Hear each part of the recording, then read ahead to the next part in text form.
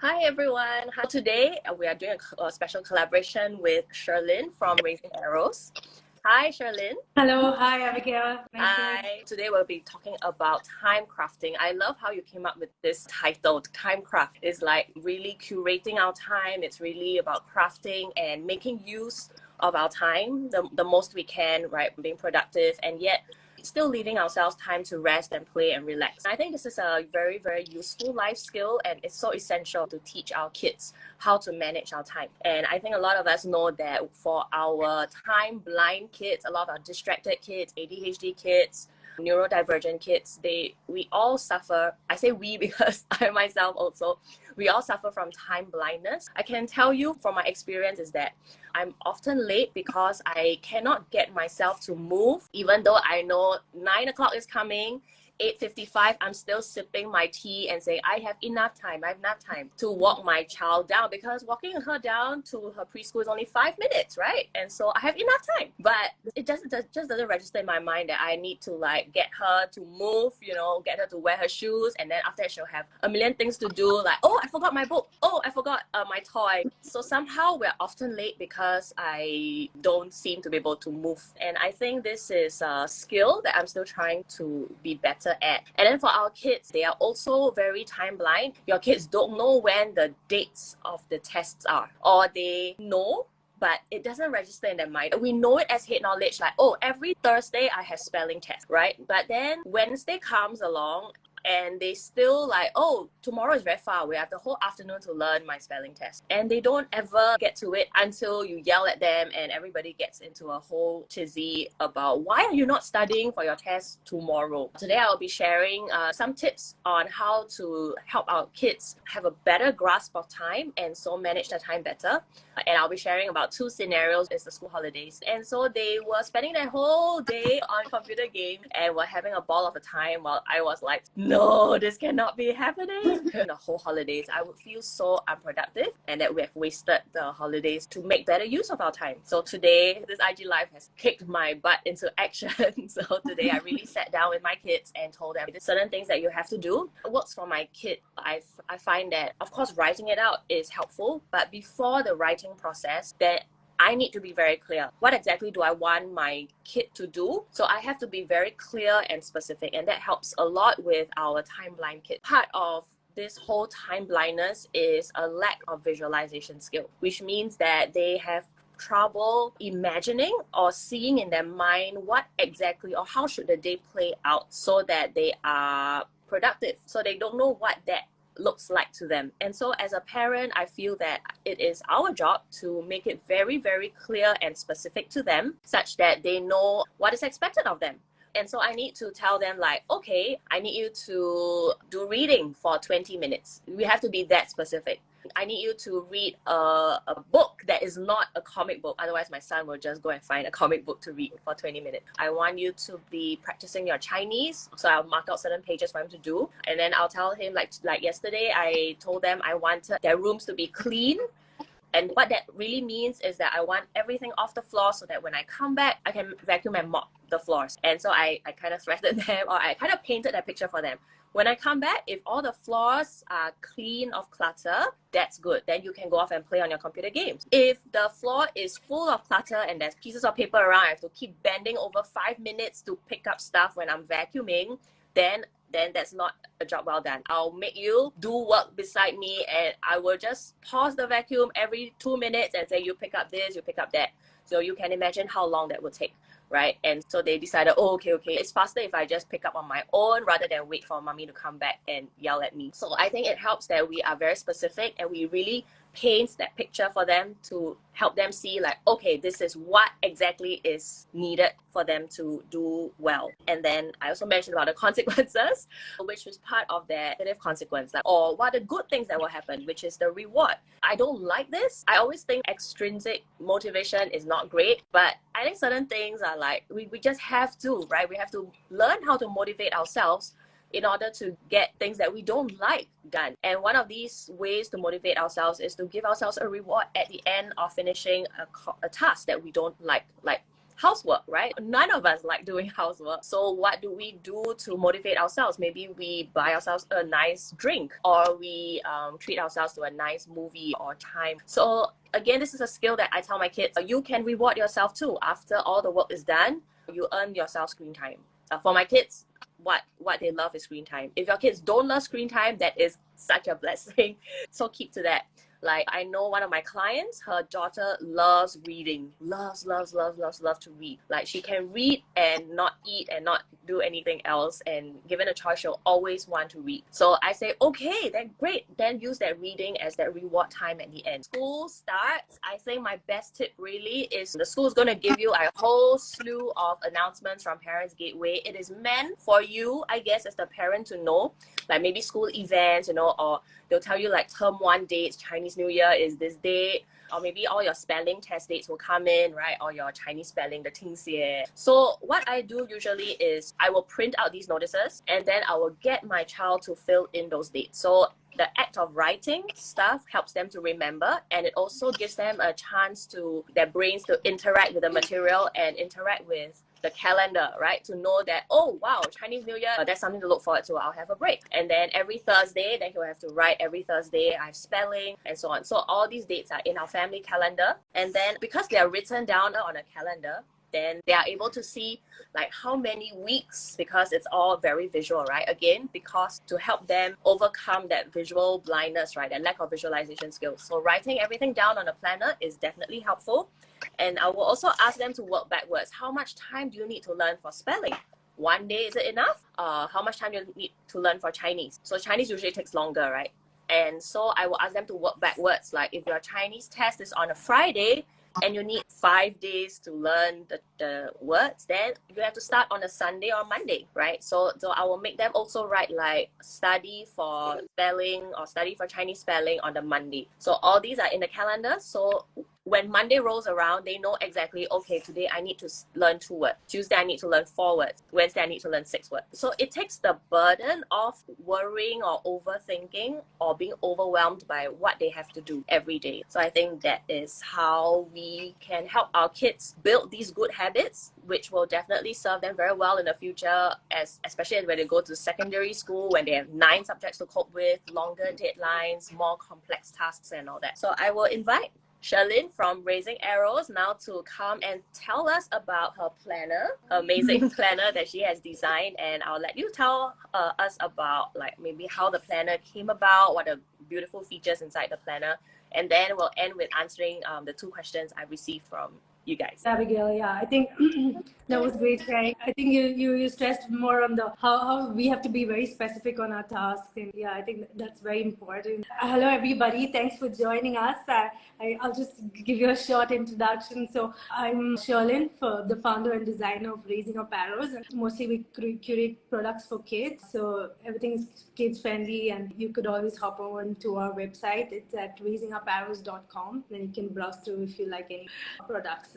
So today, briefly, I'll run through the planners and the calendars. They are just tools to reinforce what Abigail just shared, right? Making time more visual for our kids so that they can connect better and then work with their schedules in a more orderly fashion without being a little bit lost in the timeline, right?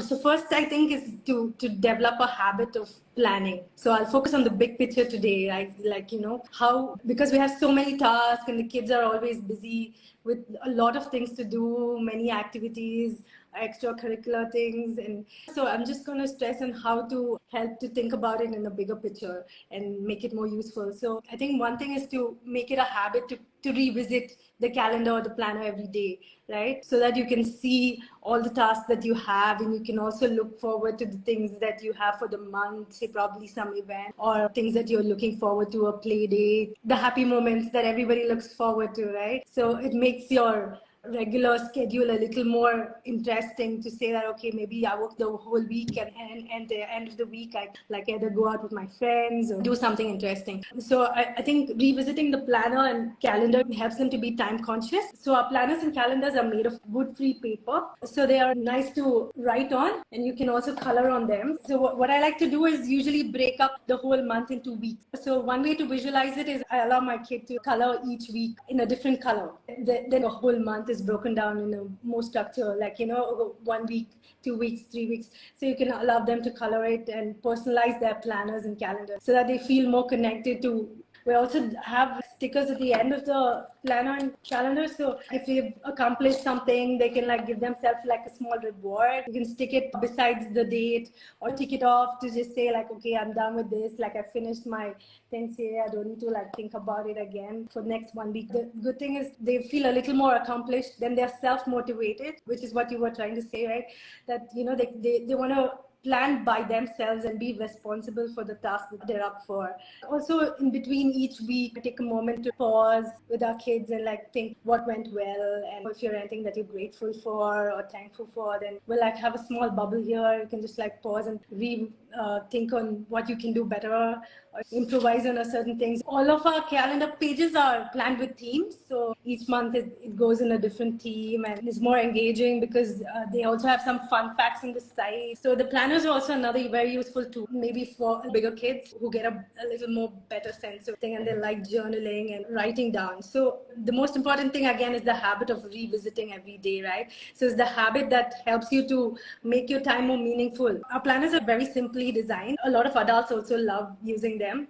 We usually start at the end. So when we are much smaller, if we ask ourselves, oh, what would you want to do at the end of the year, right? We'll have like so many things to say. Oh, I want to do this, rock climbing, learn this, do that. We have so many ambitions.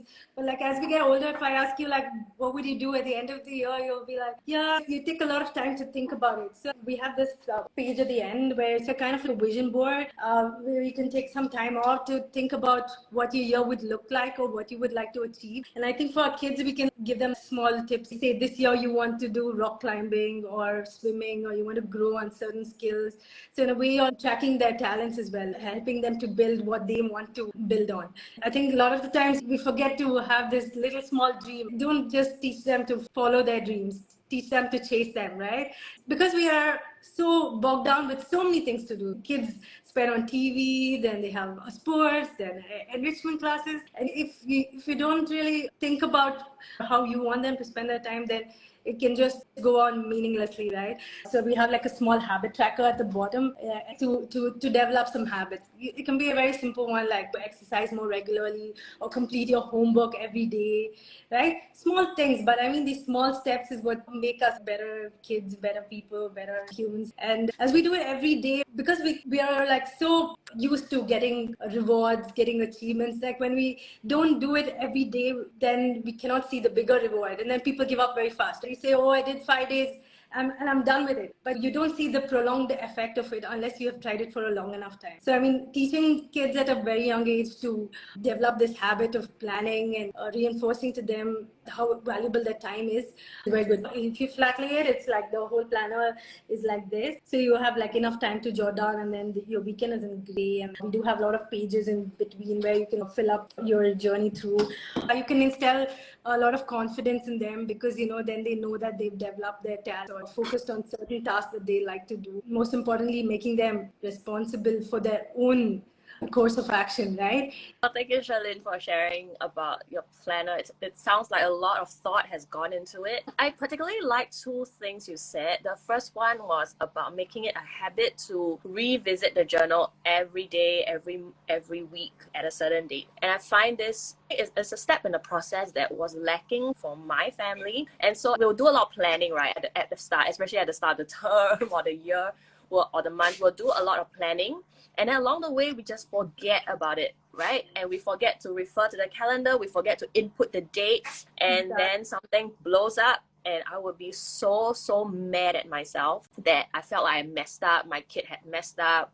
I feel like I dropped the ball because I didn't remind him to go check the calendar, right? And when that happens, sometimes I'll be like, planning sucks, like I should just throw this planner out. I'll go find a better planner. But it's not about the planner, right? It's about me using the planner.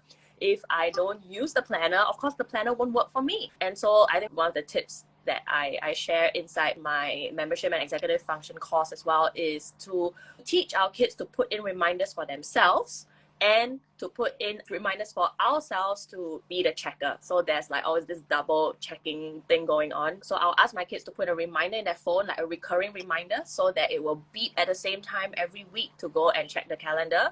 And then it will beep around the same time for me also to make sure that, hey, is he going to the wall to look at the calendar as well? Yeah, I think for us busy moms, overwhelmed moms, distracted moms, scattered moms, the handphone and technology is here to help us. Why not use it? You know, it's like we have so much on our plate. We have so much mental load.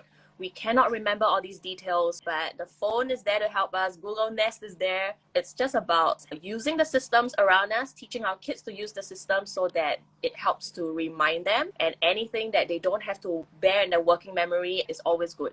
Yeah. We all have more space and bandwidth to deal with the more important things, the more urgent things, the stuff that really demands our attention, instead of all these things that should be humming in the background, the system things, right? And then the second thing I liked that was the planner is a tool for us parents to really take the time to find out what our kids want to do. Sometimes we are so overwhelmed with our own agenda. Chinese tuition, swimming, the kid must learn to swim because Singapore is an island. Every Singaporean kid must learn to swim. And music lessons, then the kid must learn a sport. We have all these preoccupations about what is good for our child that we sometimes forget what the child really, really wants to do. And I think the saddest thing is that we override the child until the child doesn't know in the later years as he grows up what he really, really wants. And this is a refrain or story that I hear from many who work with youths or young working professionals that they say things like, I don't know why I'm a doctor / lawyer, accountant. My parents wanted me to do this, but I don't really like this. And this is always something that I won't say haunt me, but I would say this is always a stark reminder to me that I better be diligent in finding out what my kids want to do and support that. I never want my kid to turn around one day and say, you made me do this, but I regret it and I don't like it. Yeah, that would be really sad for me. So this whole process of always sitting down with a kid and asking them, hey, what do you want to do? What do you want to learn this year? What habit do you want to build? How can I support you in this is definitely getting the child's buy-in is the best way for them to get them to follow the plan. I know a lot of you are watching the replay and maybe you're watching this in mid-December or maybe mid-January or maybe mid-June next year. But whatever it is, don't think or don't procrastinate on thinking, oh, okay, I'll just start planning in January or I'll start planning in the beginning of the month. If you start today, then you'll be ahead. You'll be much more ahead than in 1 month's time or in 1 year's time. So whenever you see this video, whenever you feel inspired, pick up that pen, pick up that planner and start teaching our kids this habit.